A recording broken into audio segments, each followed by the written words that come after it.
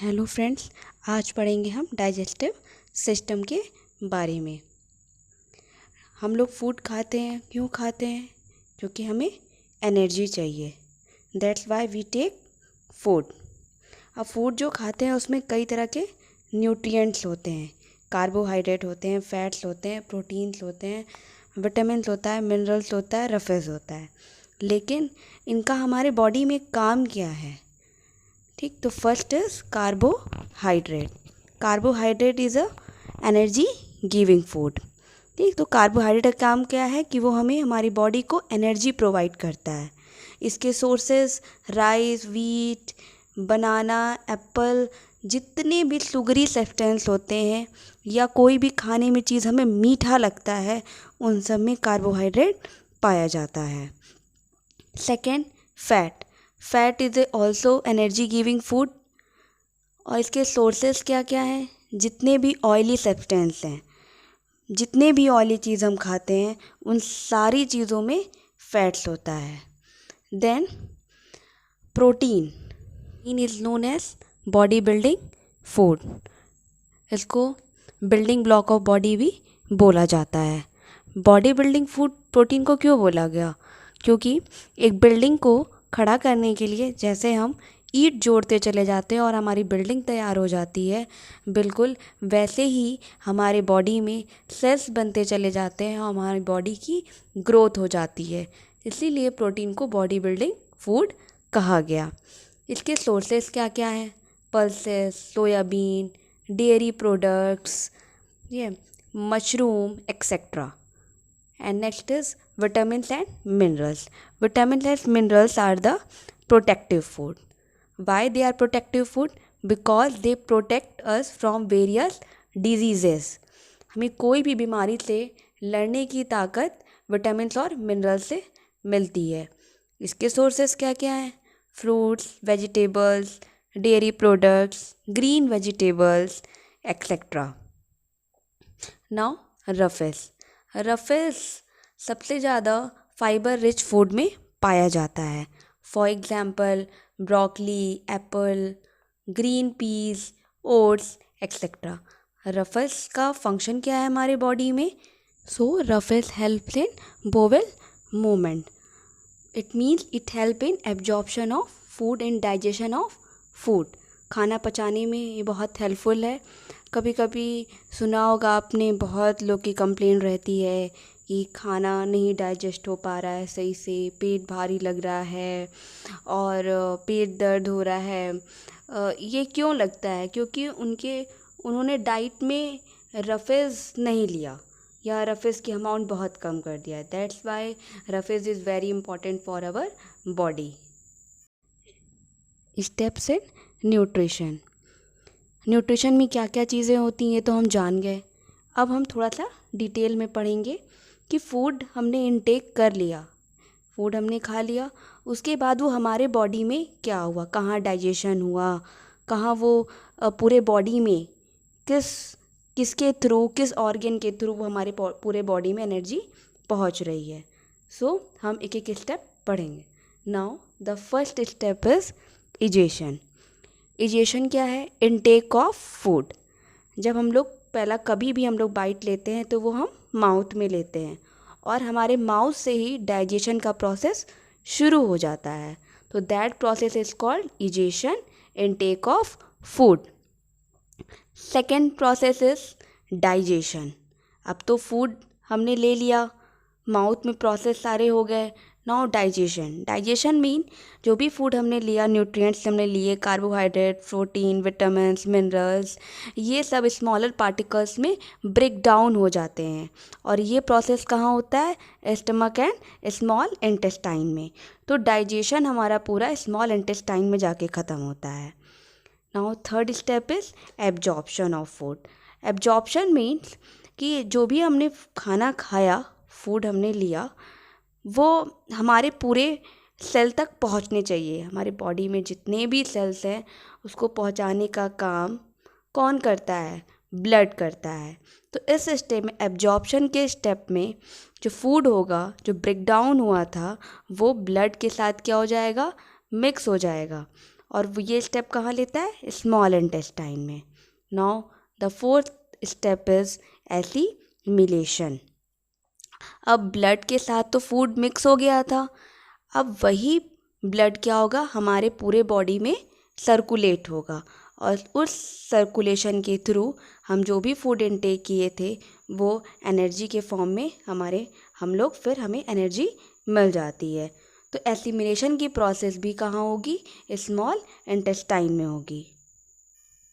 Last step is egestion, removal of undigested solid part of food in the form of feces. It means अब हमारे food में कुछ nutrients ऐसे थे जो ब्रेक डाउन होने के बाद भी वो हमारे स्टमक या स्मॉल इंटेस्टाइन में डाइजेस्ट नहीं हुए, तो वो क्या होंगे? रिमूव हो जाएंगे। और रिमूवल के प्रोसेस को ही हम लोग क्या बोलते हैं? इजेशन बोलते हैं। और इजेशन प्रोसेस लार्ज इंटेस्टाइन में होता है। और रिमूवल ऑफ अनडाइजेस्टेड फूड कहाँ से होगा? एनाल के थ्रू होगा। सो this is the last step. First step is egestion and last step is also egestion, but in first step it is IN and in this step it is EG. It means that first step is intake of food, जब हम food को लेते हैं, and digestion means removal of undigested solid waste material. So हमको हर एक step को याद रखना है और कौन सा प्रोसेस कहाँ पे हो रहा है, किस डाइजेस्टिव सिस्टम के किस पार्ट में हो रहा है, ये है मेरा। जैसे इजेशन प्रोसेस हमारा माउथ में हो रहा था, डाइजेशन हमारा स्टमक में, पर एंड हमारा स्मॉल इंटेस्टाइन में हो रहा था, एब्जॉर्प्शन भी स्मॉल इंटेस्टाइन में, then assimilation also small intestine, but egestion take place in large intestine. So, digestive system consists of two parts, alimentary canal and second is digestive glands. Alimentary canal also consists of mouth and buccal cavity, pharynx, esophagus. Esophagus is also known as food pipe, stomach, small intestine and then large intestine. Digestive glands, salivary gland, liver and pancreas. So this is alimentary canal. Alimentary canal starts from here to end here. Alimentary canal consists of mouth. This is food pipe, also known as esophagus, stomach, then liver.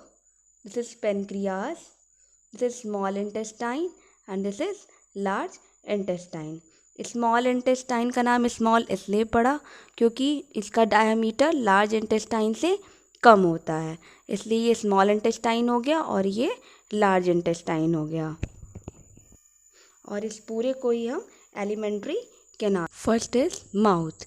So the ingestion process take place in mouth. जैसे ही हम मुंह खोलते हैं तो हमें क्या दिखाई देता है? टीथ दिखाई देता है एंड देन टंग दिखाई देता है। तो दोनों का कुछ ना कुछ फंक्शन है। तो फर्स्ट हम पढ़ेंगे हम टीथ के बारे में।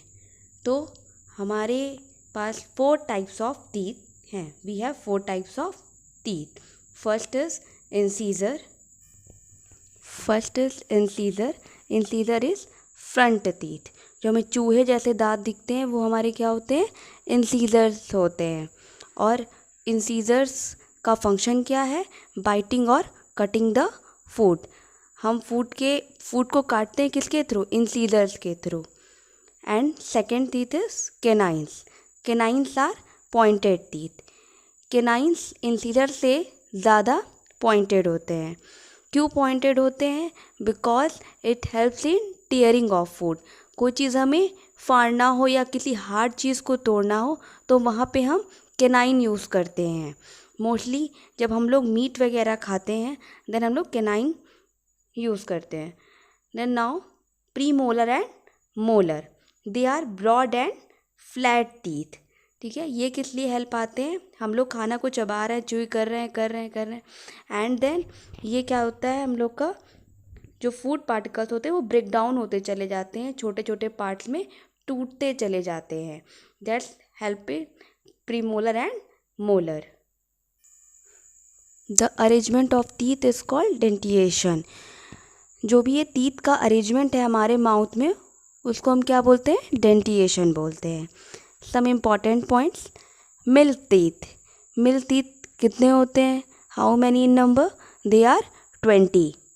जब एक बेबी बॉर्न होता है उसके पास कोई भी टीथ नहीं होता है, लेकिन जैसे ही बेबी बड़ा हो जाता है, 6 मंथ का हो जाता है, टीथ अपीयर होने लगते हैं। ठीक है, so milk teeth appear at the age of 6 month. Milk teeth में प्री मोलर टीथ एब्सेंट होता है। आफ्टर मिल्क टीथ जो होता है वो परमानेंट नहीं होता है, इसलिए मिल्क टीथ को हम लोग टेम्प्रोरी टीथ भी बोलते हैं। और इसको रिप्लेस कौन करता है? Permanent teeth. और परमानेंट टीथ कितने होते हैं? 32 इन नंबर। और ये परमानेंट जब एक बेबी चाइल्ड जाता है 6 to 8 ईयर्स, तो 6 से जब एक बच्चा 6 से 8 ईयर्स का हो जाता है तो उसके जो मिल्क टीथ होते हैं वो गिरने लगते हैं, या बोल सकते हैं रिप्लेस हो जाते हैं परमानेंट टीथ से। अब एक बार परमानेंट टीथ आ गए, अगर ये टूट जाएंगे तो फिर कोई भी टीथ नहीं आता है। After 18 4 molars are added to permanent teeth, और उस टीथ को हम विजडम टीथ बोलते हैं। There is 4 type of teeth: incisor, canine, pointed teeth, premolar and molar. Both teeth are flat and broad. So this whole is buccal cavity, consists of teeth and tongue. This is number arrangement of teeth is called dentition. This is permanent teeth and it is 32 in number. Incisor, ठीक है, it is a front teeth, so it is 4 in number. This is premolar, this is canine and this is molar. Dental formula: 2 1 2 3. This is upper jaw and this is lower jaw. 2 incisor, 1 canine, 2 premolar and 3 is molar, and it is multiplied by 2, it is equal to 32. Now the tongue. Tongue has a taste bud for sweet, salt, bitter and sour. And the function of tongue is it mixes the saliva, pushes the food towards the teeth, and tongues help in swelling in food, and it also helps in speaking. कभी भी हम टंग को अगर पकड़ लें अपने हाथों से तो we can not speak, so tongue helps in speak properly.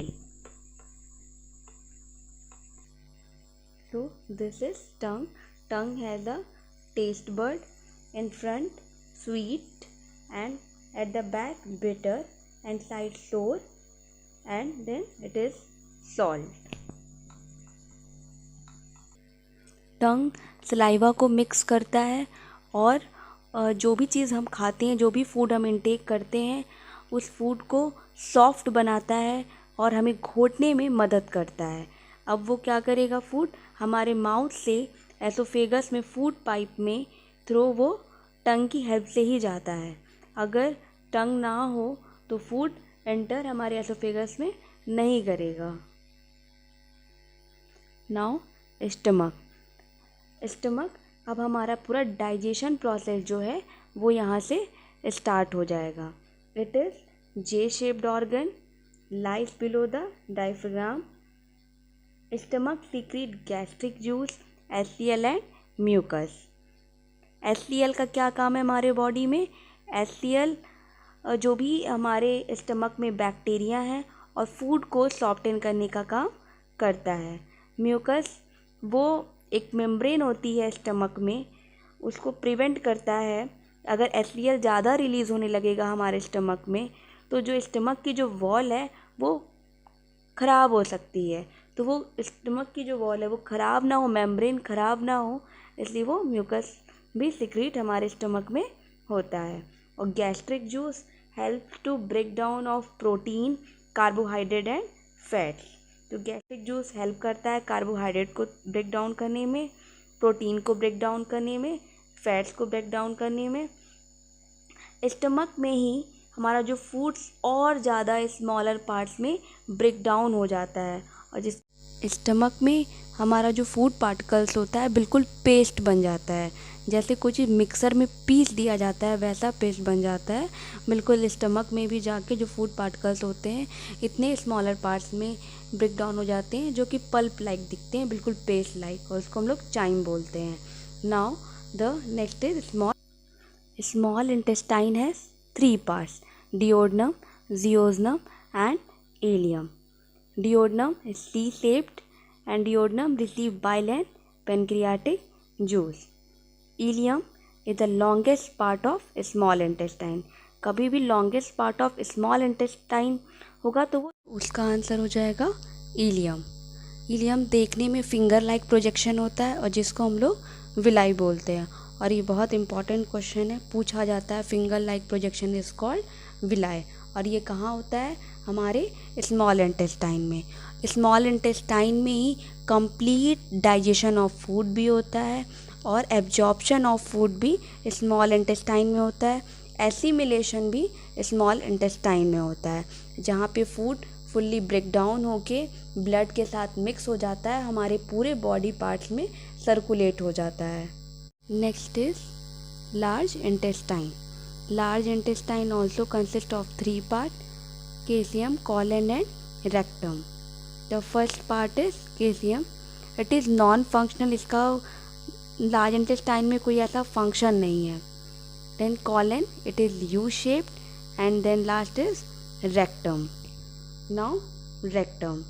rectum में क्या होता है? जो अनडाइजेस्टेड फूड है वो जाके स्टोर हो जाता है और एनाल के थ्रू पास आउट हो जाता है.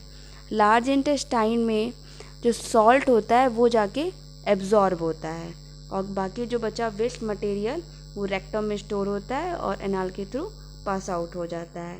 तो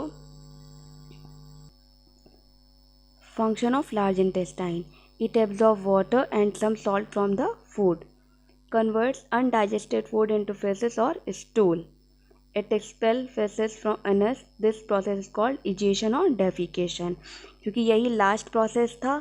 अब जो भी हमारे बॉडी में चीज़ें डाइजेस्ट नहीं हुई उसका रिमूवल हो जाता है और वो एनाल के थ्रू हो जाता है. एनाल किसका पार्ट है? हमारे लार्ज इंटेस्टाइन का पार्ट है, और इस प्रोसेस को हम लोग इजेशन और डेफिकेशन बोलते हैं. तो ये भी एक इम्पॉर्टेंट है कि हमारा लार्ज इंटेस्टाइन जो एनाल है वो कहाँ होता है? वो हमारे लार्ज इंटेस्टाइन में होता है. Digestive glands. So first is salivary gland. There are 3 pairs of salivary glands and it is present in buccal cavity. Salivary glands हमारे buccal cavity में होता है. It means it is present in our mouth. Salivary gland क्या secrete करता है? Saliva secrete करता है. Saliva में एक एंजाइम होता है जिसका नाम होता है salivary amylase. Saliva का और क्या फंक्शन है? ये हमारे फूड्स, जो भी हम फूड्स खाते हैं उसको ये सॉफ्ट बना देता है, जिससे कि हमें कोई भी चीज़ चबाने में बहुत इजी हो जाता है और स्वेलो करने में भी, घोटने में भी इजी हो जाता है. तो इम्पॉर्टेंट क्वेश्चन है, ये हमेशा पूछा जाता है कि सलाइवा में कौन सा एंजाइम होता है? वो होता है हमारा salivary amylase. So liver is the largest gland in the body. सबसे ज़्यादा इम्पॉर्टेंट क्वेश्चन यही है कि हमारे बॉडी का लार्जेस्ट ग्लैंड कौन है? वो है लीवर. और लीवर क्या प्रोड्यूस करता है? बाइल जो सिक्रीट करता है, जिससे कि फैट जो होता है वो यहाँ पर लीवर में ब्रेक डाउन हो जाता है. And third is pancreas. Pancreas का शेप देखने में लीफ शेप्ड का होता है. So it is leaf shaped gland. Pancreas क्या सिक्रीट करता है? Pancreatic juice. और पेनक्रियाज में जो एंजाइम्स होते हैं वो हेल्प करते हैं शुगर, फैट्स और प्रोटीन को ब्रेक डाउन करने में. So this is the pancreas third gland. So this is mouth. Mouth में कौन सा ग्लैंड है? salivary ग्लैंड है, और यहीं से क्या सिक्रीट होता है? सलाइवा सिक्रीट होता है. सलाइवा में तो हिंदी में हम लोग थूक भी बोलते हैं, जिससे कि फूड जो हम लोग चबा रहे होते हैं वो सॉफ्ट हो जाता है, और वही जो सलाइवा होता है हेल्प करता है फूड को पास करने माउथ से एसोफेगस के थ्रू स्टमक में। दिस इज एसोफेगस को हम फूड पाइप भी बोलते हैं। इसके बाद आ गया आपका स्टमक। स्टमक में हमारा डाइजेशन वाला प्रोसेस जो था वो स्टार्ट हो जाता है, जहाँ पे फैट, प्रोटीन और कार्बोहाइड्रेट ब्रेक डाउन हो जाते हैं। देन इसके बाद जो यहाँ पे ब्रेक डाउन नहीं हो पाता है वो कहाँ पे होता है, स्मॉल इंटेस्टाइन में होता है। स्मॉल इंटेस्टाइन में कंप्लीट डाइजेशन होता है। कभी भी कंप्लीट डाइजेशन पूछे वो हमारा स्मॉल इंटेस्टाइन में होगा। अब यहीं से जो फूड डाइजेस्ट हो गया वो हमारे ब्लड के साथ मिक्स हो जाता है और पूरे बॉडी में सर्कुलेट हो जाता है। बाकी जो बचा वाटर एंड सॉल्ट वो हमारे लार्ज इंटेस्टाइन में एब्जॉर्ब हो जाते हैं। उसके बाद अनडाइजेस्टेड फूड रेक्टम में स्टोर होता है और एट लास्ट हम लोग पास आउट कर दें एनस के थ्रू, एनाल के थ्रू। So this is the whole process of digestive system. Some important questions. J-shaped organ that churns the food, वो हमारा पेस्ट लाइक जो हो जा रहा था दैट इज स्टमक में होता था। फिंगर लाइक प्रोजेक्शन हमें कहाँ देखने को मिला था, स्मॉल इंटेस्टाइन, और उसको हम बिलाई बोलते थे। Opening of rectum to the exterior of the body is called anus. The longest part of alimentary canal था क्या था हमारा, स्मॉल इंटेस्टाइन। फिर the gland that produce saliva वो था हमारा सलेवरी ग्लैंड। लार्जेस्ट ग्लैंड क्या था, लीवर। लीवर क्या प्रोड्यूस करता है, bile juice. Stomach secrete gastric juice, HCl and mucus. Pancreas produces pancreatic juice. कुछ और भी इम्पॉर्टेंट क्वेश्चंस हैं, जैसे teeth help in cutting the food, तो वो हमारा हो जाएगा incisor. Help in grinding the food, molar and premolar. Help in tearing the food वो होगा हमारा कैनाइन्स। इस चार्ट में ये शो कर रहा है कि कौन सा फूड पार्टिकल्स किस ऑर्गन में ब्रेक डाउन होता है। तो स्टमक में प्रोटीन, स्मॉल इंटेस्टाइन में starch, protein and carbohydrates. Pancreas में carbohydrates, fats and protein, and in liver fats are break down.